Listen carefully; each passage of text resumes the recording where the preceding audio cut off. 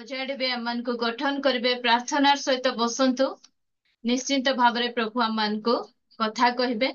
ଆଉ ସେ କଥା କହିବା ପରମେଶ୍ୱର ସେ ପ୍ରତିନିତ୍ୟ ଆମମାନଙ୍କୁ କଥା କହୁଛନ୍ତି।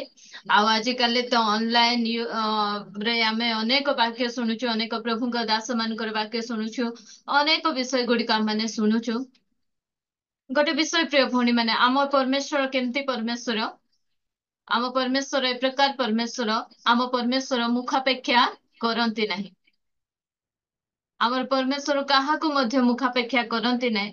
ତ ଆମର ପରମେଶ୍ୱର ଯେମିତି, ମୋର ଆୱାଜ ସମସ୍ତଙ୍କୁ ଠିକରେ ଆସୁଛି? ଶୁଭୁ ନାହିଁ? ତ ରି ସାଉଣ୍ଡ ହଉଛି ନା? ଠିକ, ଗୋଟେ ମିନିଟ।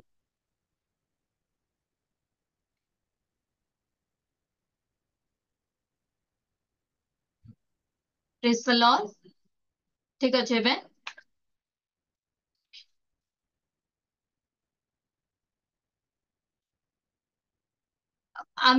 ଆମର ପରମେଶ୍ୱର କେମିତି ପରମେଶ୍ୱର? ଆମ ପରମେଶ୍ୱର ମୁଖାପେକ୍ଷା କରନ୍ତି ନାହିଁ। କେ ବଡ କେ ସାନ ଏଇଟା ଦେଖନ୍ତି ନାହିଁ। ତ ଆମର ପରମେଶ୍ୱର ଆମକୁ ଆହ୍ୱାନ କରନ୍ତି, ମୁଁ ଯେମିତି ତୁମେ ମାନେ ମଧ୍ୟ ସେମିତି ହବ। ଆମର ପରମେଶ୍ୱର ଯେବେ ମୁଖାପେକ୍ଷା କରୁନାହାନ୍ତି, ତ ଆମେ କାହିଁକି ମୁଖାପେକ୍ଷା କରିବା? ଆମେ ମଧ୍ୟ ମୁଖାପେକ୍ଷା କରିବା ନାହିଁ। ଆଇବ 36:5 ଲେଖାଯାଏ, ଆଉ ମୁଁ ପଢୁଛି। ଦେଖ, ପରମେଶ୍ୱର ପରାକ୍ରମୀ ଓ କାହାକୁ ତୁଚ୍ଛ କରନ୍ତି ନାହିଁ। ସେ ବୁଦ୍ଧି ବଳରେ ପରାକ୍ରମୀ ଅଟନ୍ତି। ଆମ ପରମେଶ୍ୱର କେମିତି ପରମେଶ୍ୱର? ସେ କାହାକୁ ମଧ୍ୟ ତୁଚ୍ଛ କରନ୍ତି ନାହିଁ, କାହାର ମଧ୍ୟ ସେ ମୁଖାପେକ୍ଷା କରନ୍ତି ନାହିଁ। ସେ ପ୍ରକାର ପରମେଶ୍ୱର ହଉଛନ୍ତି ଆମ ପରମେଶ୍ୱର। ସେ କେମିତି ପରମେଶ୍ୱର? ସେ ଆମମାନଙ୍କୁ ଅନେଇବା ପାଇଁ ସେ ନିଜର ମସ୍ତକ ନୁଆଇ ଆମମାନଙ୍କୁ ଅନାନ୍ତି। ପୃଥିବୀକୁ ଯେତେବେଳେ ସେ ଦେଖୁଛନ୍ତି, ତାଙ୍କର ମୁଣ୍ଡକୁ ଲୁହେଇକିନା ସେ ପୃଥିବୀକୁ ଦେଖୁଛନ୍ତି। ସ୍ୱର୍ଗ ତାଙ୍କର ସିଂହାସନ ଆଉ ପୃଥିବୀ ତାଙ୍କର ପାଦପୀଠ। ଏ ପ୍ରକାର ପରମେଶ୍ୱର ହେଲେ ମଧ୍ୟ ସେ ମନୁଷ୍ୟ ସନ୍ତାନ ମାନଙ୍କୁ ତୁଚ୍ଛ କରନ୍ତି ନାହିଁ। ଆମ ପରମେଶ୍ୱର ଯେବେ କାହାର ମୁଖାପେକ୍ଷା କରନ୍ତି ନାହିଁ, କାହାକୁ ତୁଚ୍ଛ ଦେଖନ୍ତି ନାହିଁ, କାହାକୁ ସାନ କାହାକୁ ବଡ ଦେଖନ୍ତି ନାହିଁ। ତ ପ୍ରିୟ ଭଉଣୀ ମାନେ, ଏଠି ଲେଖାଗଲା ସେ ପରାକ୍ରମୀ। ପରମେଶ୍ୱର କେମିତି ପରାକ୍ରମୀ? ସେ ଶକ୍ତିଶାଳୀ, ସେ ସର୍ବଶକ୍ତିମାନ, ସେ ସର୍ବଜ୍ଞ, ସର୍ବବ୍ୟାପୀ ହେଲେ ମଧ୍ୟ ସେ କାହାକୁ ତୁଚ୍ଛ କରନ୍ତି ନାହିଁ। ଆଉ ସେ ବୁଦ୍ଧି ବଳରେ ପରାକ୍ରମୀ। ସେ ନିଜେ ପରାକ୍ରମୀ ଅଟନ୍ତି। ସେ ଯେବେ କାହାକୁ ମୁଖାପେକ୍ଷା କରନ୍ତି ନାହିଁ, କାହାକୁ ତୁଚ୍ଛ କରନ୍ତି ନାହିଁ। ତ ଆମ ଜୀବନରେ ମଧ୍ୟ ଆମେ ଗୋଟେ ବ୍ୟାଲେନ୍ସକୁ, ଗୋଟେ ସନ୍ତୁଳନକୁ ରଖିବାର ଅଛି। ଗୋଟେ କାହିଁକି ନା ଆମେ ମଧ୍ୟ ମୁଖାପେକ୍ଷା ଆମେ ନ କରୁ। ଗୋଟେ ଭାରସାମ୍ୟ ଆମ ଜୀବନରେ ମଧ୍ୟ ରହିବାର ଆବଶ୍ୟକତା ରହିଛି ପ୍ରିୟ ଭଉଣୀ ମାନେ। ପ୍ରତ୍ୟେକ କ୍ଷେତ୍ରରେ ଗୋଟେ ଭାରସାମ୍ୟ ଆମକୁ ରଖିକିନା ଆମେ ଚାଲିବାର ଆବଶ୍ୟକତା ରହିଛି। ମାଥ୍ୟୁ ଲେଖାଗଲା, ସେ ଦୁଷ୍ଟ ସନ୍ଥ ଉଭୟଙ୍କ ଉପରେ ବୃଷ୍ଟି ବର୍ଷାନ୍ତି। ସେ ଧାର୍ମିକ ଦୁଷ୍ଟ ଆଉ ସନ୍ଥ ଉଭୟଙ୍କ ଉପରେ ସେ କଣ କରନ୍ତି? ଖରା ଦିଅନ୍ତି। ଧାର୍ମିକ ଅଧାର୍ମିକ ଉଭୟଙ୍କ ଉପରେ ସେ ଆପଣା ବୃଷ୍ଟିକୁ ବର୍ଷାନ୍ତି। ଆମ ପରମେଶ୍ୱର, ନାଇଁ ତୁଇ ଦୁଷ୍ଟତା, ମୁଁ ତତେ ତୋର ଉପରେ ଖରା ପଡିବ ନାହିଁ। ତୁଇ ଧାର୍ମିକଟା, ତତେ ମୁଁ ବର୍ଷା ବର୍ଷାଇବି, ଏମିତି କହନ୍ତି ନାହିଁ। ସେ ଦୁଷ୍ଟକୁ, ସନ୍ତକୁ, ଧାର୍ମିକକୁ, ଅଧାର୍ମିକଙ୍କୁ ଉଭୟଙ୍କ ଉପରେ ସେ ଆପଣା ବୃଷ୍ଟି ବର୍ଷାନ୍ତି। ଆମ ପରମେଶ୍ୱର ସେଇ ପ୍ରକାର ପରମେଶ୍ୱର, ସେ ମୁଖାପେକ୍ଷା କେବେ ମଧ୍ୟ କରନ୍ତି ନାହିଁ। ଯାକୋବରେ 2:1-4 ପଢନ୍ତୁ। ଯାକୋବ 2:1-4। ହେ ମୋହର ଭାଇମାନେ, ଆମ୍ଭମାନଙ୍କ ଗୌରବମୟ ପ୍ରଭୁ ଯୀଶୁ ଖ୍ରୀଷ୍ଟଙ୍କ ଠାରେ ବିଶ୍ୱାସ କରିଥିବାରୁ ମନୁଷ୍ୟର ମୁଖାପେକ୍ଷା କର ନାହିଁ। କାରଣ ଯଦି ସୁବର୍ଣ୍ଣ ମୁଦ୍ରିକା ଓ ଚାକଚକ୍ୟ ବସ୍ତ୍ର ପରିଧାନ କରି କୌଣସି ଲୋକ ତୁମ୍ଭମାନଙ୍କ ସଭାକୁ ଆସେ, ପୁଣି ଜଣେ ଦରିଦ୍ର ଲୋକ ମଳିନ ବସ୍ତ୍ର ପରିଧାନ କରି ଆସେ, ଆଉ ତୁମ୍ଭେମାନେ ଚାକଚକ୍ୟ ବସ୍ତ୍ର ପରିଧାନ କରିଥିବା ଲୋକକୁ ମର୍ଯ୍ୟାଦା କରି କୁହ, ଏଠାରେ ଉତ୍ତମ ସ୍ଥାନରେ ବସନ୍ତୁ, ଆଉ ଦରିଦ୍ର ଲୋକକୁ କୁହ, ସେଠାରେ ଠିଆ ହୁଅ, କିମ୍ବା ମୋହର ଗୋଡ଼ ତଳେ ବସ, ତାହା ହେଲେ ତୁମ୍ଭେମାନେ କଣ ଆପଣା ଆପଣା ମଧ୍ୟରେ ଭେଦାଭାବ ରଖି ବିପରୀତ ବ୍ୟବହାର ଓ ମନ୍ଦ ଭାବରେ ବିଚାର କରୁନାହଁ? ଏଇଟା ମତେ ଆଉ ଏତେ ଏକ୍ସପ୍ଲେନ କରିବା ଆବଶ୍ୟକତା ନାହିଁ। ଆପଣ ମାନେ ବୁଝିଗଲେ ପ୍ରିୟ ଭଉଣୀ। ଆମର ବ୍ୟବହାର କଣ ସେ ପ୍ରକାର ହଉଛି କି? ଆମେ ଲୋକ ଦେଖି ବ୍ୟବହାର କରୁଛୁ କି? ଆମର ବ୍ୟବହାର ଦ୍ଵାରା ଅନ୍ୟମାନେ ଦୁଃଖିତ ହଉଛନ୍ତି କି? ଆମ ଆମ ଚର୍ଚ୍ଚରେ ହଉ ବା ଯେକୌଣସି ସ୍ଥାନରେ ହଉ, ଘରେ ହଉ, କି ଆମମାନଙ୍କର କିଛି ପାର୍ଟି ଫଙ୍କସନ ଆମେ କିଛି କରୁଛୁ, ସେ ସ୍ଥାନରେ ଆମମାନଙ୍କର ବ୍ୟବହାର କି ପ୍ରକାର ହଉଛି? ଆମେ ସମସ୍ତଙ୍କୁ ସମାନ ଭାବରେ ଟ୍ରିଟ କରୁଛୁ, ନା କେ ଟିକେ ଭଲ ଆମେ ଦେଖୁଛୁ? କେ କାର ରେ ଆସିଛି, କେ ବାଇକ ରେ ଆସିଛି, କେ ଚାଲିକି ଆସିଛି, କେ ସାଇକେଲ ରେ ଆସିଛି, ଏଇଟା ଦେଖୁଛୁ? ନା ଆମମାନେ ଆମ ପରମେଶ୍ୱରଙ୍କ ପରି ଆମମାନେ ମଧ୍ୟ ମୁଖାପେକ୍ଷୀ ଆମେ କରିବାର ନାହିଁ ପ୍ରିୟ ଭଉଣୀ ମାନେ। ଆଜି ଜଗତ ଏ ପ୍ରକାର ହେଇଛି, ଯୋଉମାନେ ଟିକେ ଉଚ୍ଚ ଉଚ୍ଚ ପଦବୀରେ ଥାନ୍ତି ବା କିଛି ଭଲ ପୋଷାକ ପିନ୍ଧିଥାନ୍ତି, ଭଲ ଭାବରେ ନିଜକୁ ସଜାଇଥାନ୍ତି, ଡେକୋରେଟ କରିଥାନ୍ତି, ସେ ପ୍ରକାର ବ୍ୟକ୍ତି ମାନଙ୍କୁ ଭଲ ଭଲ ଆସନ, ଆଉ ଅନେକ ସମୟରେ ଚର୍ଚ୍ଚରେ ମଧ୍ୟ ସେ ପ୍ରକାର ହଉଛି, କିନ୍ତୁ ଆମ ପରମେଶ୍ୱର କହୁଛନ୍ତି ମୁଁ ଯେମିତି ମୁଖାପେକ୍ଷା କରେ ନାହିଁ, ତୁମମାନେ ମଧ୍ୟ ସେଇ ପ୍ରକାର ମୁଖାପେକ୍ଷା କର ନାହିଁ। ତୁମର ଭିତରେ ମଧ୍ୟ ଗୋଟେ ବାଲାନ୍ସ ରହିବାର ଆବଶ୍ୟକତା ରହିଛି। ଆମର ମନୋଭାବ ସମସ୍ତଙ୍କ ପ୍ରତି ସମାନ ରହିବାର ଆବଶ୍ୟକତା ରହିଛି।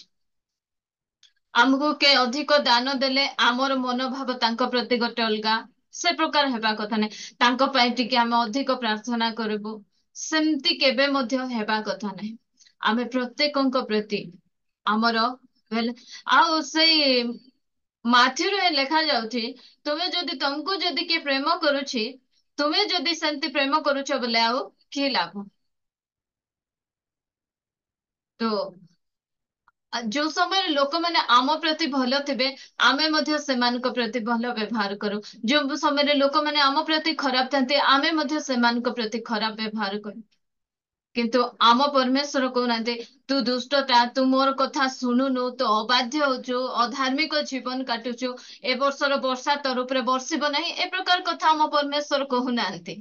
କି ନାଇଁ ତୋର ଉପରେ ଖରା ପଡବ ନାହିଁ, ତୁ ଯୋଉ ଲୁଗା ଶୁଖେଇଛୁ ନା, ସେ ଲୁଗା ଶୁଖୁବ ନାହିଁ, ତତେ ଖରା କାଇବ ନାହିଁ, ଏମିତି କହୁନାହାନ୍ତି ଆମର ପରମେଶ୍ୱର। କାରଣ ଆମର ପରମେଶ୍ୱର ଯେତେବେଳେ ମୁଖାପେକ୍ଷା କରୁନାହାନ୍ତି, ତ ଆମେ କାହିଁକି ମୁଖାପେକ୍ଷା କରିବା ପ୍ରିୟ ଭଉଣୀ ମାନେ? ଆମର ପାରିବାରିକ ଜୀବନରେ ମଧ୍ୟ ଗୋଟେ ସନ୍ତୁଳନ ରହିବାର ଆବଶ୍ୟକତା ରହିଛି। ଆକ୍ଚୁଆଲି ଏ ବାକ୍ୟ ମୁଁ ବହୁତ ବର୍ଷ ମାନେ ହୁଏତ 2-3 ବର୍ଷ ପରେ ବୋଧେ ଆଗରୁ ବୋଧେ ଖାଲି ଗୋଟେ ପାରିବାରିକ ଜୀବନରେ ସନ୍ତୁଳନ ବୋଲି ଖାଲି ଲେଖି ଦେଇକିନା ଛାଡି ଦେଇଥିଲି। ଯୋଉ ସମୟରେ ମୁଁ ମୋର ପୁରୁଣା ଡାଏରୀ ଓଲଟଉଥିଲି, ସେ ସମୟରେ ଏଇଟା ମୁଁ ପାଇଲି। ତ ଆପଣ ମାନଙ୍କ ନିକଟରେ ମୁଁ ରଖିବାକୁ ଚାହେଁ, ଆମ ପରିବାର ଜୀବନରେ ଗୋଟେ ସନ୍ତୁଳନର ଆବଶ୍ୟକତା ରହିଛି। ପାରିବାରିକ ଜୀବନରେ ଗୋଟେ ବାଲାନ୍ସ ରହିବାର ଆବଶ୍ୟକତା ରହିଛି ପ୍ରିୟ ଭଉଣୀ। ଯେବେ ପାରିବାରିକ ଜୀବନ ଆସେ, ଯେହେତୁ ଏଠାରେ ଆମେ ସମସ୍ତେ ବୈବାହିକ ମା ମାନେ ବସିଛୁ, ବୋହୂ ମାନେ ବସିଛୁ, ସ୍ତ୍ରୀ ମାନେ ବସିଅଛୁ, ଭଉଣୀ ମାନେ ବସିଅଛୁ, ମୁଁ ଆପଣ ମାନଙ୍କୁ କହିବାକୁ ଚାହେଁ ମୋ ମା ଘର ପରିବାର ଆଉ ମୋ ଶାଶୁ ଘର ପରିବାର ମଧ୍ୟରେ ଗୋଟେ ବାଲାନ୍ସ ରହିବାର ଆବଶ୍ୟକତା ରହିଛି।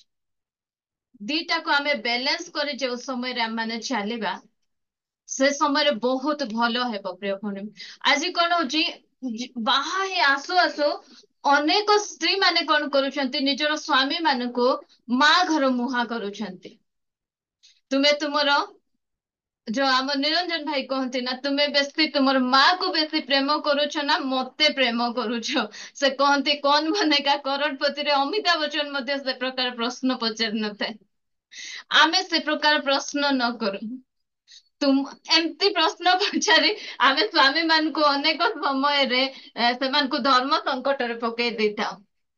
ପ୍ରିୟ ଭଉଣୀ ମାନେ, ମୁଁ ଆପଣ ମାନଙ୍କୁ କହିବାକୁ ଚାହେଁ, ଆମ ଜୀବନରେ ଗୋଟେ ବାଲାନ୍ସ, ଆମ ମା ଘର ପରିବାର ଆଉ ଶାଶୁ ଘର ପରିବାର ମଧ୍ୟରେ ଗୋଟେ ବାଲାନ୍ସ ରହିବାର ଆବଶ୍ୟକତା ରହିଛି। ଆମେ ଆମ ସ୍ଵାମୀ ମାନଙ୍କୁ ଆମ ମା ଘର ମୁହଁ ଆମେ ନ କରୁ। ଆଦି ପୁସ୍ତକ 2:24 କଣ ଲେଖାଯାଇଛି? ଏ ନିମନ୍ତେ ମନୁଷ୍ୟ ଆପଣା ପିତାମାତାଙ୍କୁ ଛାଡି ଆପଣା ଭାର୍ଯ୍ୟା ଠାରେ ଆସକ୍ତ ହେବ, ଆଉ ସେମାନେ ଏକାଙ୍ଗ ହେବେ। ଏ ନିମନ୍ତେ ମନୁଷ୍ୟ ଆପଣା ପିତା ମାତାକୁ ଛାଡେ, ଯେହେତୁ ଏଟା ଲେଡିଜ ମିଟିଂ, ମୁଁ କହିବାକୁ ଶାଶୁ ଶ୍ୱଶୁରଙ୍କୁ ମଧ୍ୟ ଛାଡେ, ପିତା ମାତାଙ୍କୁ ମଧ୍ୟ ଛାଡିବେ। ଆପଣଙ୍କର ଏଠି ଆମେ ଅନେକ ସମୟରେ ଭାବୁ ଯେ ମନୁଷ୍ୟ ଲେଖା ହେଇଛି ତ ଖାଲି ଶାଶୁ ଶ୍ୱଶୁରଙ୍କୁ ବୁଝାଉଛି ବୋଲି। ଖାଲି ମୋ ସ୍ଵାମୀର ବାପା ମାଙ୍କୁ ବୁଝାଉଛି ବୋଲେ ନାଇଁ, ଆପଣଙ୍କର ମା ବାପାଙ୍କୁ ମଧ୍ୟ ଛାଡିବା କଥା। ମାନେ ଆମେ ମନ ମଧ୍ୟରେ ସେମାନଙ୍କୁ ଶାରୀରିକ ଭାବରେ ଆମେ ପରିତ୍ୟାଗ କରି, ନାଇଁ ବାକ୍ୟରେ ଲେଖା ଯାଇଛି ମା ବାପାଙ୍କୁ ଛାଡି ତୁମେ ଏକାଙ୍ଗ ହେବ ବୋଲି, ନାହିଁ ଆମେ ସେମାନଙ୍କୁ ଯତ୍ନ ନେବାର ଅଛି, କିନ୍ତୁ ଆମର ମନ ଭିତରେ ଆମେ ସେମାନଙ୍କୁ ଛାଡିବାର ଅଛି। ଆମେ ଯୋଉ ସମୟରେ ଡିସିସନ ନଉଛୁ, ମୋର ସ୍ଵାମୀଙ୍କର ଆଉ ମୋର ନିଷ୍ପତ୍ତି ହେବ। ମୁଁ କହିବାକୁ ଯେ ମୁଁ ଯେବେ ଆଗ ମୋ ସ୍ଵାମୀ ହୁଏତ ତାଙ୍କ ମାଙ୍କର ପସନ୍ଦ ପିନ୍ଧୁଥିବେ, ତାଙ୍କୁ ମାଙ୍କୁ ପଚାରିକିନା ସେ ତାଙ୍କର ଘରେ ରଙ୍ଗ ଦିଆଯାଉଥିବ, ଠିକ ଅଛି। ମାତ୍ର ଯୋଉ ସମୟରେ ସ୍ଵାମୀ ସ୍ତ୍ରୀ ବାହା ହେଲା ପରେ ସ୍ଵାମୀ ସ୍ତ୍ରୀଙ୍କର ନିଜର ଡିସିସନ ହେବେ, ସେମାନେ ତାଙ୍କର ପିଲାମାନଙ୍କୁ କୋଉଠି ପଢେଇବେ ସେ ନିଷ୍ପତ୍ତି କିଏ ନେବେ? ସ୍ଵାମୀ ସ୍ତ୍ରୀ ନେବେ। ସେମାନେ କୋଉଠି ରହିବେ ସେ ନିଷ୍ପତ୍ତି ସ୍ଵାମୀ ସ୍ତ୍ରୀ ନେବେ। ସ୍ଵାମୀ ସ୍ତ୍ରୀଙ୍କୁ ଯେ ପ୍ରକାର ସୁବିଧା ହଉଛି ସେ ପ୍ରକାର ନିଷ୍ପତ୍ତି ସେମାନେ ନେବେ।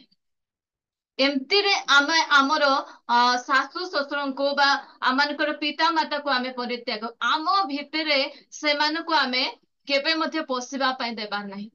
ଆମର ସ୍ୱାମୀ ସ୍ତ୍ରୀ ମଧ୍ୟରେ ଶାଶୁ ଶ୍ୱଶୁରଙ୍କୁ, ମୋ ବାପା ମାଙ୍କୁ ମଧ୍ୟ ଆମେ କେବେ ମଧ୍ୟ ପଶିବା ପାଇଁ ଦେବା କଥା ନୁହେଁ।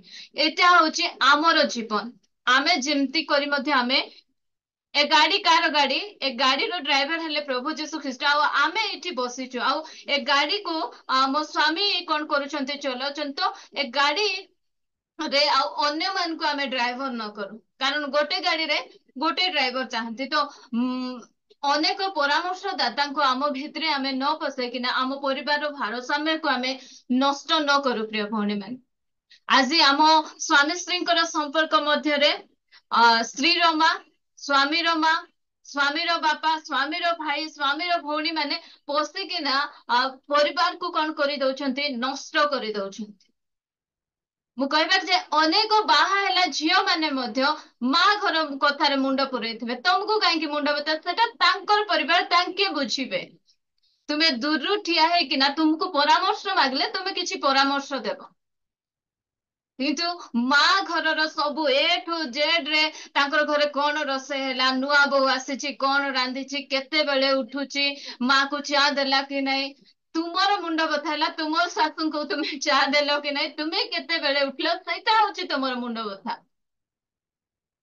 ତମର ମାଇକେରେ କଣ ହଉଛି ସେ ବିଷୟରେ ମୁଣ୍ଡ ପୁରେଇବା ପାଇଁ ଆପଣଙ୍କୁ କୁହାହେଇଛି ନା। 45 ଗୀତ 45:10 କହିଲେ, ନିଜର ପରିବାର ଲୋକକୁ ପିତୃଗୃହକୁ ପାଶରି ଯାଆନ୍ତୁ, ସିଆଡେ ଯେବେ ଆବଶ୍ୟକ ପଡୁଛି ଯାଇକିନା ଭିଜିଟ କରି ଆସନ୍ତୁ, ବାକି ସେ ଘର ଭିତରେ ଆପଣଙ୍କର ମୁଣ୍ଡ ପୁରାନ୍ତୁ ନାହିଁ। ଗୋଟେ ଭାରସାମ୍ୟ ରକ୍ଷା କରନ୍ତୁ।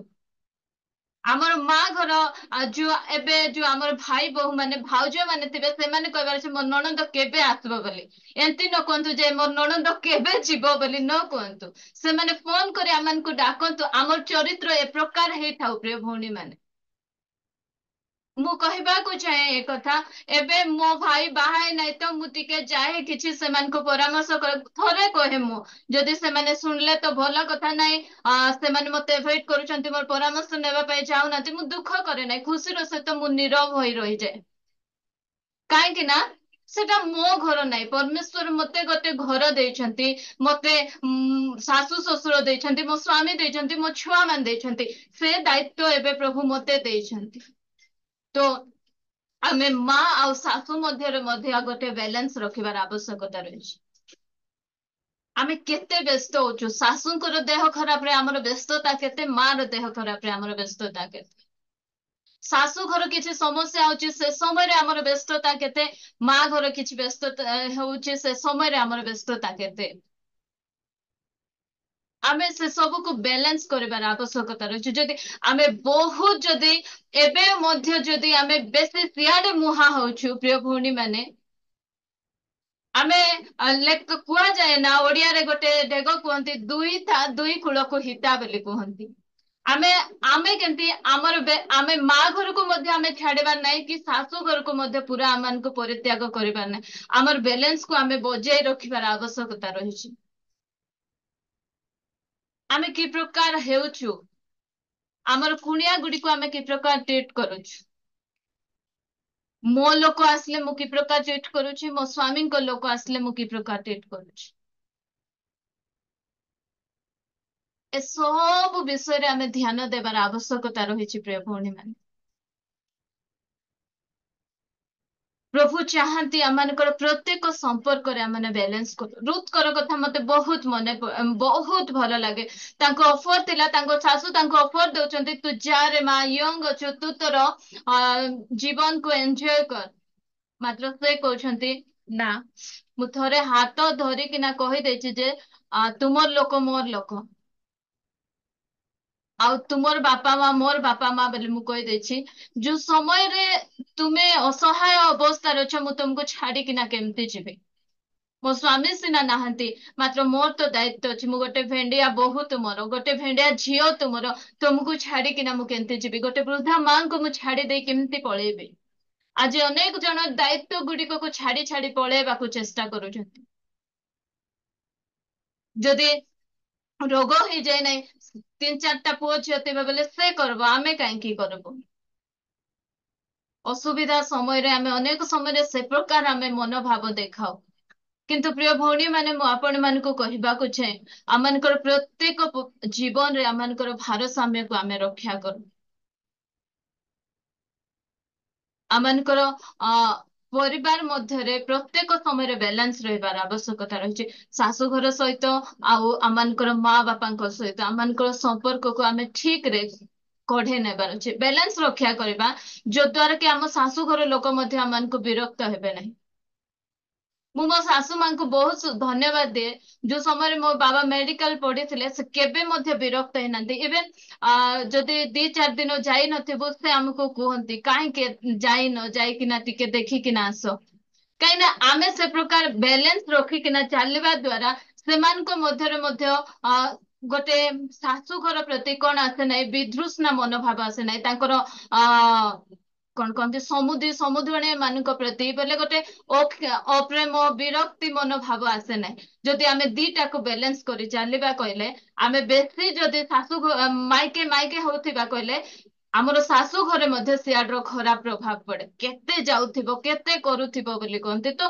ଆମେ କଣ କରିବାର ଅଛି ପ୍ରତ୍ୟେକ ସମୟରେ ଆମେ କୁଆଡେ ମଧ୍ୟ ଅବହେଳା କରିବା କଥା ନାହିଁ ପ୍ରିୟ ଭଉଣୀ ମାନେ ଆମେ ଦି ଆଡେ ସମାନ ଦେଖିବାର ଆବଶ୍ୟକତା ରହିଛି କାରଣ ପରମେଶ୍ୱର ଆମର ପରମେଶ୍ୱର ସେ ସନ୍ତୁଳନ ରକ୍ଷା କରେ ପରମେଶ୍ୱର ସେ ଭାରସାମ୍ୟ ରକ୍ଷା କରିବା ପରମେଶ୍ୱର ସେ ଆମମାନଙ୍କୁ ଏ ପ୍ରକାର କରିଛନ୍ତି ତେଣୁ ଆମ ମଧ୍ୟରେ ମଧ୍ୟ ମୁଖାପେକ୍ଷା ନଥାଉ ଏ ମୋର ଲୋକ ଏ ତୋର ଲୋକ ନାହିଁ ତାଙ୍କର ଲୋକ ହିଁ ମୋର ଲୋକ ଏ ପ୍ରକାର ମନୋଭାବ ନେଇ ଆମେ ଚାଲୁ ଆଉ ଗୋଟେ ବିଷୟ ଆପଣ ମାନଙ୍କୁ କହିବାକୁ ଯାଏ ଛୁଆ ମାନଙ୍କ ମଧ୍ୟରେ ମଧ୍ୟ ମୁଖାପେକ୍ଷା କରନ୍ତୁନି ଅନେକ ଦେଖୁ ଏବେ ତ ଆମେ ଶିକ୍ଷିତ ହେଲୁଣି ନହେଲେ ଆଗ ଝିଅକୁ ଗୋଟେ ପ୍ରକାର ପୁଅକୁ ଗୋଟେ ପ୍ରକାର ଦେଖା ଯାଉଥିଲା ଯଦି ଗୋଟେ ପୁଅ ଟିକେ ଗୁଲଗାଲିଆ ସୁନ୍ଦରା ଥିବ ଆମେ ତାକୁ ଗୋଟେ ପ୍ରକାର ଦେଖୁ ଆଉ ଅନ୍ୟମାନଙ୍କୁ ଆମେ ଆଉ ଗୋଟେ ପ୍ରକାର ଦେଖୁ ସେ ପ୍ରକାର ନାହିଁ ପ୍ରିୟ ଭଉଣୀ ମାନେ ଆମମାନଙ୍କ ପରିବାର ମଧ୍ୟରେ ଆମ ପିଲାମାନଙ୍କ ମଧ୍ୟରେ ମଧ୍ୟ ଆମେ ପାର୍ଥକ୍ୟ ନ କରୁ ସେମାନଙ୍କୁ ଆମେ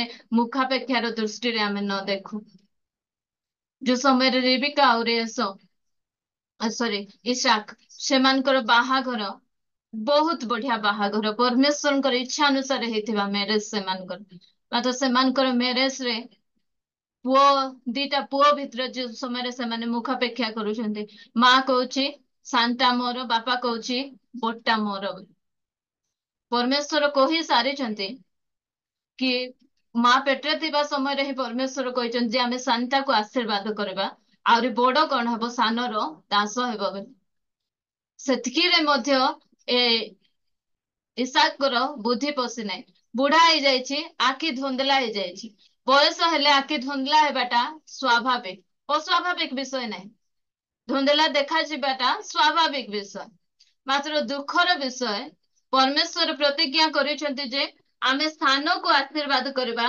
ବଡକୁ ନାହିଁ ଏଠି ଇସାକର ଆତ୍ମିକ ଚକ୍ଷୁ ଅନ୍ଧ ହେଇଯାଇଛି ଶାରୀରିକ ଚକ୍ଷୁ ତ ଅନ୍ଧ ହେଇଛି ତା ସହିତ ଆତ୍ମିକ ଚକ୍ଷୁ ମଧ୍ୟ ଇସାକର ଅନ୍ଧ ହେଇଯାଇଛି ତେଣୁ ସିନା ପରମେଶ୍ୱର କହିଥିବା କଥା ତାଙ୍କୁ ଦୁଶୁ ନାହିଁ ପରମେଶ୍ୱର ରେବିକା ଯୋଉ ସମୟରେ ଏସୁ ଆଉ ଜାକୁବ ପେଟରେ ଥିଲେ ସେ ସମୟରେ ହିଁ କହିଥିଲେ କି ଆମେ ଶାନ୍ତାକୁ ଆଶୀର୍ବାଦ କରିବା ଆଉ ବଡ ତାର ଦାସ ହେବ ବୋଲି କହିଥିଲେ ସେଟା ସେ ଭୁଲି ଯାଇଛନ୍ତି କାହିଁକି ନା ଏବେ ଇସାକର ଆତ୍ମିକ ଚକ୍ଷୁ ମଧ୍ୟ ଅନ୍ଧ ହେଇସାରିଛି ଏବେ କଣ କରୁଛନ୍ତି ନାଇଁ ବଡ ଥାଉ ଥାଉ ସାନ କେମିତି ଆଶୀର୍ବାଦ ପାଇବ ବୋଲି ସେ ଗୋଟେ ଯୋଜନା ତିଆରି କରୁଛନ୍ତି गोटे गोड़ अच्छी घरे आरे गोटे गोड़ अच्छी गोबर रे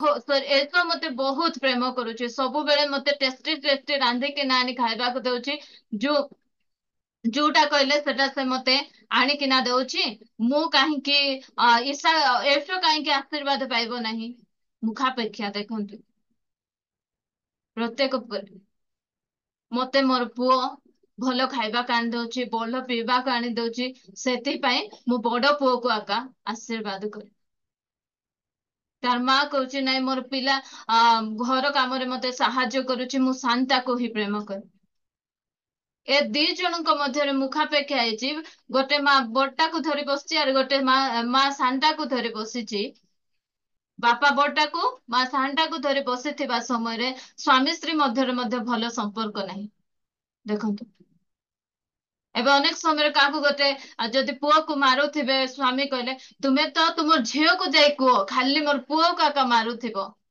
ଏମିତି କହିବା ଭିତରେ ପୁଅ ମୋର ଝିଅ ତୋର ବୋଲି କୁହାକୁହି ହେଲା ଭିତରେ ସ୍ୱାମୀ ସ୍ତ୍ରୀ ସରି ସ୍ୱାମୀ ସ୍ତ୍ରୀ ମଧ୍ୟରେ ମଧ୍ୟ ସମ୍ପର୍କ ନଷ୍ଟ ବହୁତ ବଢିଆ ମ୍ୟାରେଜ ଇସାକ ଆଉ ଜାକୁବଙ୍କ ରିବିକାଙ୍କର ମ୍ୟାରେଜ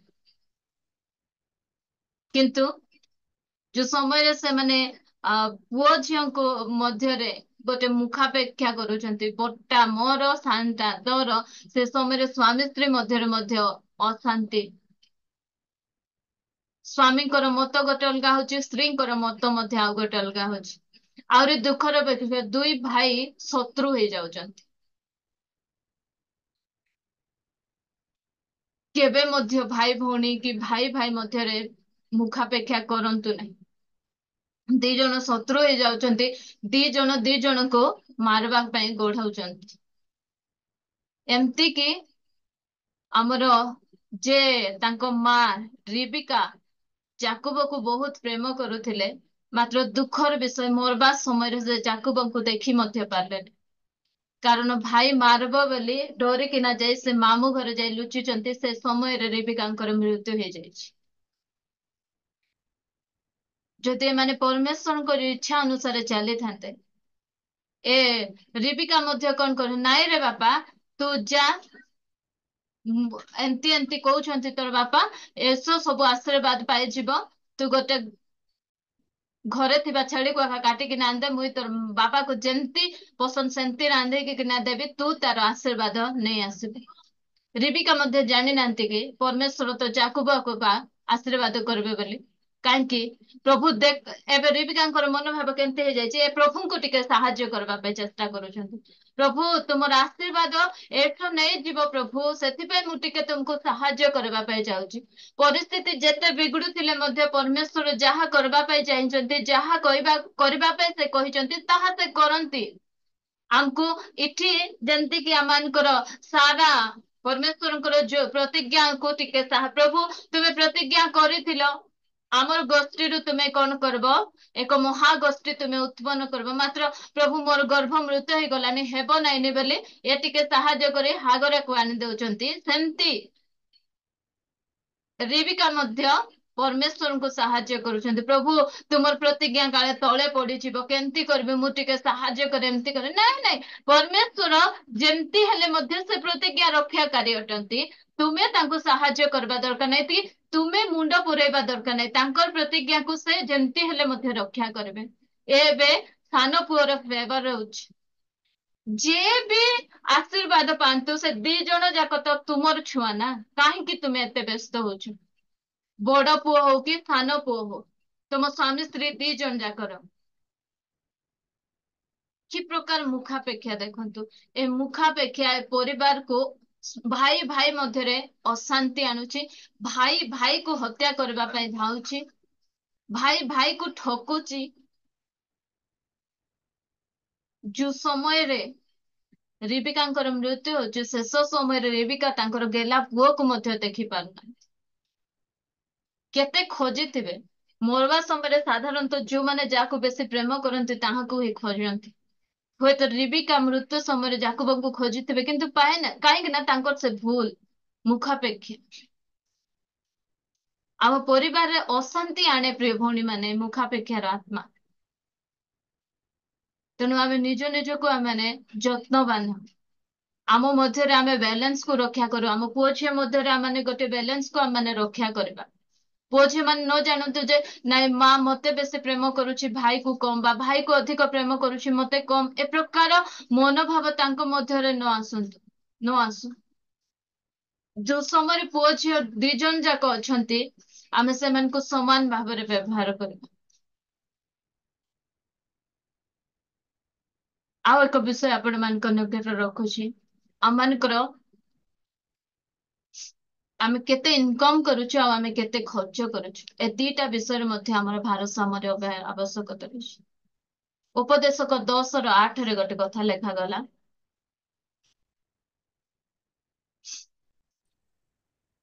ପଢନ୍ତୁ। ଯେ ଗର୍ତ୍ତ ଖୋଳେ ସେ ତହିଁରେ ପଡ଼ିବ, ଓ ଯେଉଁ ଲୋକ ବେଡ଼ା ଭାଙ୍ଗେ ତାହାକୁ ସର୍ପ କାମୁଡ଼ିବ। ଗୋଟେ କଥା ଅଛି ନା, ଯେତିକି ଚାଦର ସେତିକି ଗୋଡ ଫେଲେଇବା। ଆମର ବେଡସିଟ୍ ଯେତିକି ଲମ୍ବା ଆମର ଗୋଡକୁ ମଧ୍ୟ ଆମେ ସେତିକି ଲମ୍ବେଇବା। ଅଧିକ ଯଦି ଲମ୍ବାଇବା ବୋଲି କହିଲେ ମଶା କାମୁଡିବ। ଏଠି ଲେଖାଗଲା ଯେ ବେଡା ଭାଙ୍ଗେ ତାକୁ ସାପ କାମୁଡିବ। ଆମର ଇନକମ ଥିବ ଟଙ୍କାଟି, ଆମେ ଖର୍ଚ୍ଚ କରିବୁ ଟଙ୍କେ 50 ପଇସା। ତାପରେ ସେ 50 ପଇସା କୋଉଠୁ ଆଇବ? ଗ୍ରୁପ ଡାକୁ ନାହିଁ। ପ୍ରିୟ ଭଉଣୀ ମାନେ, ଆମର ଖର୍ଚ୍ଚ ଯେତିକି ଆମେ ସେତିକିରେ ଆମେ ଚଳି ଶିଖିବାର ଆବଶ୍ୟକତା ରହିଛି। ଆମର ପରମେଶ୍ୱର ସେମାନଙ୍କୁ କୁହନ୍ତି ତୁମେ ବେଡା ଭାଙ୍ଗ ନାହିଁ।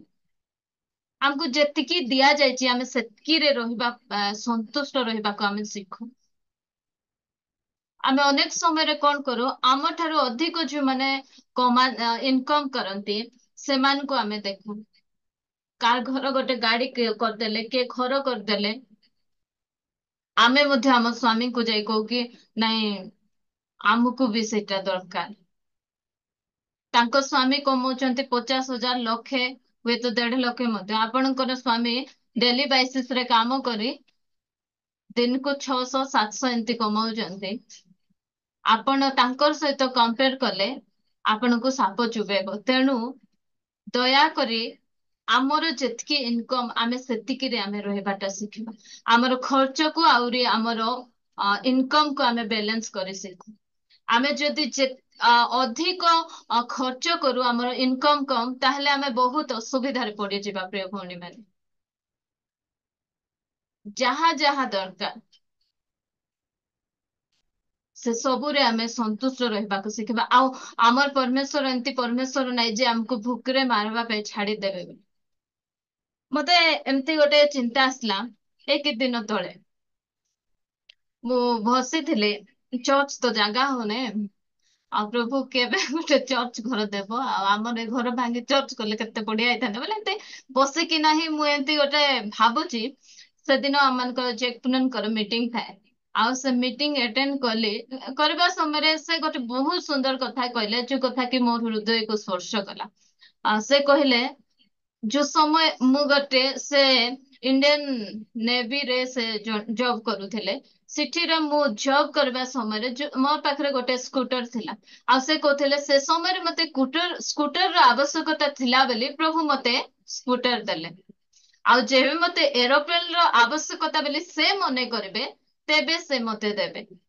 ତ ବାରେ ଏଟା ଭାବିଛି ଏ ବାକ୍ୟ ମତେ କହିଲେ, ହଁ ପ୍ରଭୁ ଠିକ ଅଛି ପ୍ରଭୁ, ଯେବେ ତୁମେ ଭାବ ଯେ ନାଇଁ ଆମର ଏଟା ଆବଶ୍ୟକତା ଅଛି ବୋଲି, ତୁମେ ସେତେବେଳେ ଦେବ। ଆମେ ବ୍ୟସ୍ତ ହେବା ନାହିଁ ପ୍ରିୟ ଭଉଣୀ ମାନେ, ଅନ୍ୟମାନେ କିଏ କିଛି କରିଦଉଛନ୍ତି, ଠିକ ଅଛି, ଯେବେ ଆମମାନଙ୍କର ଯାହା ଆବଶ୍ୟକତା। ମୁଁ ତ କହେ ଆମର ବୈବାହିକ ଜୀବନର ଆରମ୍ଭ ଆମେ ଗୋଟେ ଷ୍ଟୋର ରୁମ ରୁ କରିଥିଲୁ। ସେ ସମୟରେ ସେ ଷ୍ଟୋର ରୁମ ଆମର ଆବଶ୍ୟକତା ଥିଲା ପାଇଁ ପ୍ରଭୁ ସେ ଷ୍ଟୋର ରୁମକୁ ମଧ୍ୟ ସେ ଯୋଗାଇଥିଲେ।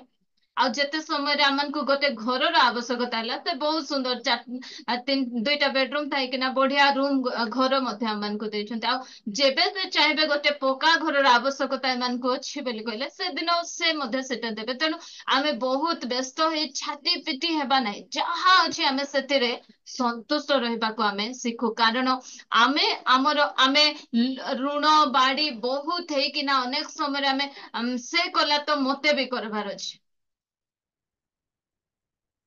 ଛୋଟିଆ ଛୋଟିଆ ବିଷୟ ମୁଁ ଆପଣ ମାନଙ୍କୁ କହିବାକୁ ଚାହେଁ। ଯଦି କାହା ଘରେ ଗୋଟେ ଗୋଟେ ୱାସିଂ ମେସିନ ଧରି ଆଇଲେ ଆମେ ବଢିଆ ହାତରେ କାଚି କାଚି ଆମର ଦେହ କେତେ ଭଲ ଅଛି। ମାତ୍ର ତାଙ୍କ ଆମେ କାଚିବା ପାଇଁ ଏମାନଙ୍କୁ ସକ୍ଷମ ଅଛୁ। ୱାସିଂ ମେସିନ ରଖିବାଟା ଖରାପ ବୋଲି ମୁଁ କହୁନାହିଁ, ସମସ୍ତେ ରଖନ୍ତୁ। ମାତ୍ର ସେ ତାଙ୍କ ଘରେ ଅଛି ବୋଲି ଆମର ଥାଉ, ଏ ପ୍ରକାର ମନୋଭାବ ଆମେ ନ ରଖୁ। ତ ଆମେ କଣ କରୁନାହିଁ, ଆମ ସ୍ଵାମୀକୁ ଦେଖ ତାଙ୍କର ସ୍ଵାମୀ ତାଙ୍କ ସ୍ତ୍ରୀ କୁ କେତେ ପ୍ରେମ କରୁଛନ୍ତି, ଆଣି ଦେଇଛନ୍ତି, ତୁମେ ମତେ ଆଣି ଦଉନ ବୋଲି ତାପରେ EMI ରେ ଆଣିକିନା ହଇରାଣ। ଆମେ ଜାଣିଛୁ ପ୍ରିୟ ଭଉଣୀ ମାନେ ଆମ ସ୍ଵାମୀଙ୍କର ଇନକମ କେତେ, ଆମେ କେତେ ଇନକମ କରୁଛୁ, ସେ ଅନୁସାରେ ଆମେ ଗୋଟେ ଭାରସାମ୍ୟ ରକ୍ଷା କରିକିନା ଆମେ ଚାଲିବାର ଆବଶ୍ୟକତା ରହିଛି। ଯୋହନ 13:29 ପଢନ୍ତୁ।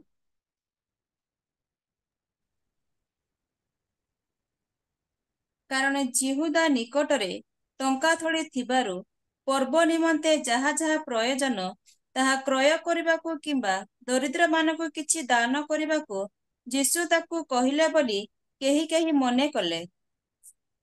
ଏ ସ୍ଥାନରେ ଆମେ ଦେଖୁଛୁ ଜିହୁଦା ନିକଟରେ ଟଙ୍କା ଥଳି ଥିଲା। କହିବାକୁ ଗଲେ ଆମମାନଙ୍କର ଗୋଟେ ସେଭିଂ ବ୍ୟାଙ୍କ ମଧ୍ୟ ରହିବାର ଆବଶ୍ୟକତା ରହିଛି।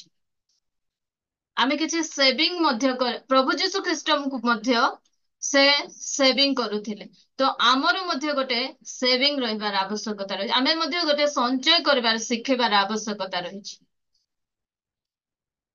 କଷ୍ଟ, ସଞ୍ଚୟ କରିବାଟା ବହୁତ କଷ୍ଟ, କିନ୍ତୁ ସେ ଅଳ୍ପରେ ମଧ୍ୟ ଆମମାନଙ୍କୁ ସଞ୍ଚୟ କରି ଶିଖିବାର ଆବଶ୍ୟକତା ରହିଛି। ଆଟଲିଷ୍ଟ ଆମମାନେ ସମସ୍ତେ ଏଠି ପ୍ରାୟ ଆମମାନଙ୍କୁ ସପ୍ତାହକୁ ଆସେ ଶନିବାର ଦିନ ଆମମାନଙ୍କର ପେମେଣ୍ଟ ଡେ। ପ୍ରାୟ ଯଦି ଜଣ ଆମେ ବସିଛୁ ଆମର ଏମିତି ହେଇଯାଇଥାଏ ଗୁରୁବାର ଦିନ ଏକା ଆମେ ଯେତିକି କମାଇ ଥାଉ ସେତିକି ସରି ଯାଇଥାଏ। ସେମିତି ନ ହଉ, ଆମେ ସେଟାକୁ ଶନିବାର ଯାଇ ନେବା, ତାପରେ ଆହୁରି କିଛି ସେଥିରୁ ଆମେ ସଞ୍ଚୟ କରି ରଖବା। ମୁଁ ଆପଣ ମାନଙ୍କୁ ଉତ୍ସାହିତ କରିବାକୁ ଚାହେଁ ପ୍ରିୟ ଭଉଣୀ ମାନେ, ଏ ବର୍ଷ ମୁଁ ମୋର ପିଲାମାନଙ୍କର ଆଡମିସନ ପାଇଁ ବର୍ଷକରେ ମୁଁ ପୁରା ଟଙ୍କା ଜମା କରିକିନା ରଖିଥିଲି। ମୁଁ ଡିଭାଇଡ କଲି, କାରଣ ଆମମାନଙ୍କୁ ମଧ୍ୟ ସପ୍ତାହରେ ପଇସା ଆସେ। ସେ ପଇସାରୁ ମୁଁ ଯଦି 52 ସପ୍ତାହ ଅଛି ମୋ ପିଲାର ଫି ଯେତିକି, ମୋର ଝିଅର ଫି ଯେତିକି, ମୁଁ କେତିକି ରଖିଲେ ହେବ ସେତିକି କୁ ଡିଭାଇଡ କରି ପ୍ରତି ସପ୍ତାହରେ ଗୋଟେ କୁଣ୍ଡି କରିକିନା ମୁଁ ସେମାନଙ୍କ ପାଇଁ ରଖିଲି। ଯୋ ଦ୍ଵାରା କି ଆମର ସେମାନଙ୍କର ଆଡମିସନ ସମୟରେ ଆମମାନଙ୍କୁ ଅସୁବିଧା ହେଲାନି। ଆପଣ ମାନେ ମଧ୍ୟ ସେ ପ୍ରକାର ଭାବରେ କିଛି କିଛି ସଞ୍ଚୟ କରନ୍ତୁ, ଅସୁବିଧା ସମୟରେ ଯେମିତି ଆମମାନଙ୍କୁ ଅନ୍ୟ ଆଗରେ ହାତ ପତେଇବାକୁ ନ ପଡେ। ଦେଇଥ ଦେଇଥ ଦେଇଥ ବୋଲି କହିବାକୁ ନ ପଡେ। ସେଥିପାଇଁ ଆମେ ଆମମାନଙ୍କର ସୁବିଧା ଅସୁବିଧା ପାଇଁ ଆମେ ସଞ୍ଚୟ କରି ରଖୁ।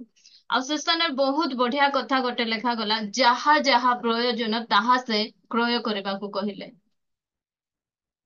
ଯାହା ଦରକାର ପ୍ରିୟ ଭଉଣୀ ମାନେ, ଅଦରକାରୀ ବିଷୟ ଗୁଡିକ ଆମେ ନ କିଣୁ। ଆମର କିଚେନ ରେ ଦେଖବା ଅନେକ ବିଷୟ ଅଛି ଯୋଉଟା କି ଆମକୁ ଦରକାର ନାହିଁ। ଆମର ଘରେ ମଧ୍ୟ ଏମିତି ଅନେକ ବିଷୟ ଅଛି ଯୋଉ ବିଷୟ ଗୁଡିକ କି ଆମମାନଙ୍କର ଆବଶ୍ୟକତା ନାହିଁ, ଆମେ କିଣିଥାଉ। ଏବେ ଆସୁଛି ହରେକ ମାଲ 20 ଟଙ୍କା 20 ଟଙ୍କା ବୋଲି କହିଲେ, ଦରକାର ନଥିଲେ ମିଶା କୋଉ ଭଉଣୀ ଗୋଟେ ଓହ୍ଲେଇଛି ତାକୁ ଦରକାର ଥିବ କିଣୁଥିବ ବୋଲେ ଆମେ ମଧ୍ୟ ସେଠି ଯାଇ ଠିଆ ହେଇ ଆମକୁ ଦରକାର ନଥିବା 20 ଟଙ୍କା ତ କିଣିଦେଲେ କଣ ହେଲା ବୋଲି ଆମେ କିଣିକିନା ରଖି ଦେଇଥାଉଛୁ। ନାଇଁ, ଯାହା ଯାହା ଆମମାନଙ୍କୁ ଦରକାର ଆମେ ସେଇଟା କିଣୁ। ଆମେ ସଞ୍ଚୟ କରିବାଟା ଶିଖିବା। ଆମର ବାଲାନ୍ସ ରହିବାର ଅଛି, ଆମ ଖର୍ଚ୍ଚ ଆହୁରି ଆମର ଇନକମ ମଧ୍ୟରେ ବାଲାନ୍ସ ରହିବାଟାକୁ ଆମେ ଶିକ୍ଷା କରିବାର ଅଛି।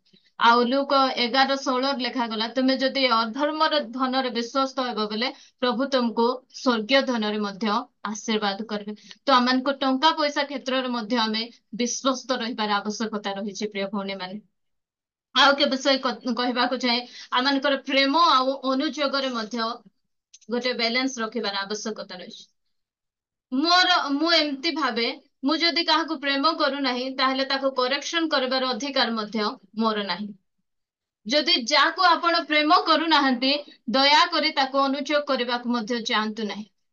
ମୁଁ ଯୋଉ ସମୟରେ କାହାକୁ ଅନୁଯୋଗ କରିବାକୁ ଚାହେଁ, କାହାର ଗୋଟେ ଭୁଲ ଦେଖିଲେ ତାକୁ ସଂଶୋଧିତ କରିବାକୁ ଚାହେଁ, ସେ ସମୟରେ ମୁଁ ଭାବେ ତା ପାଇଁ ମୋ ହୃଦୟରେ ପ୍ରେମ ଅଛି କି? ଯଦି ପ୍ରେମ ଅଛି ତାହେଲେ ଅନୁଯୋଗ କଲେ ସେ ଶୁଣିବ।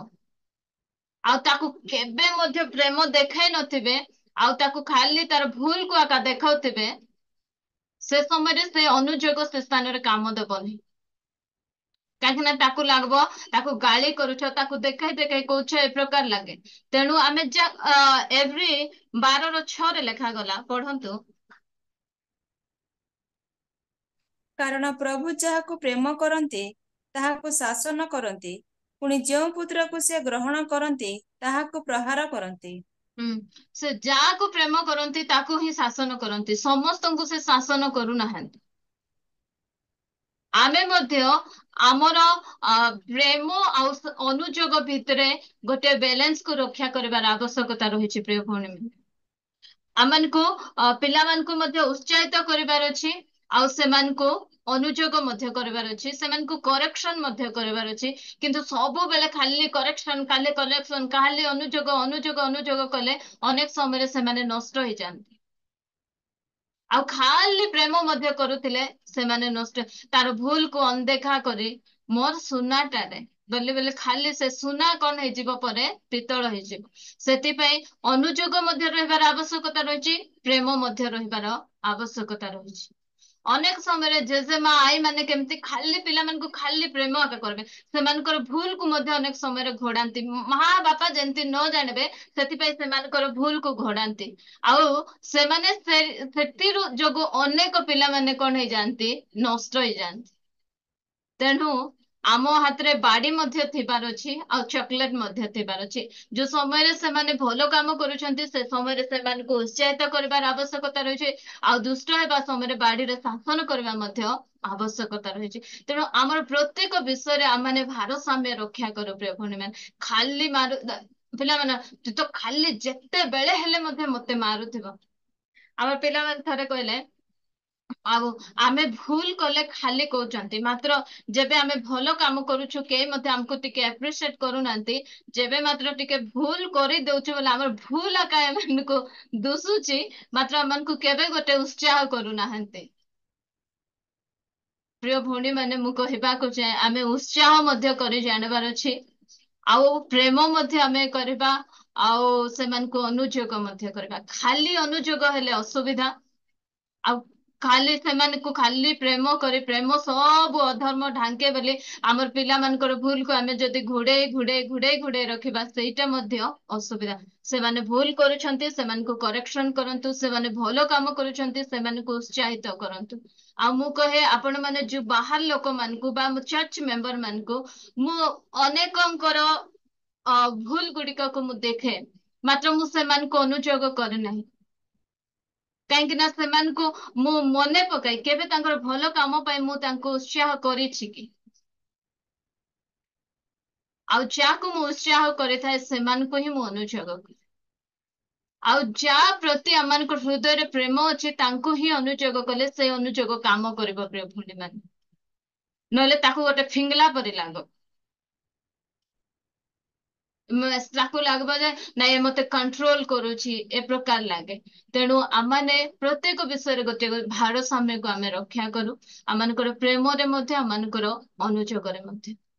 ଆଜି ଆମମାନେ ଦେଖିଲୁ କି ଆମମାନଙ୍କର ପାରିବାରିକ ଜୀବନରେ ଆମମାନଙ୍କର ଭାରସାମ୍ୟକୁ ଆମେ ରକ୍ଷା କରିବା। ତ ପ୍ରଭୁ ଏ ଅଳ୍ପ ବାକ୍ୟରେ ଆମ ସମସ୍ତଙ୍କୁ ଆଶୀର୍ବାଦ କରନ୍ତୁ। God bless you.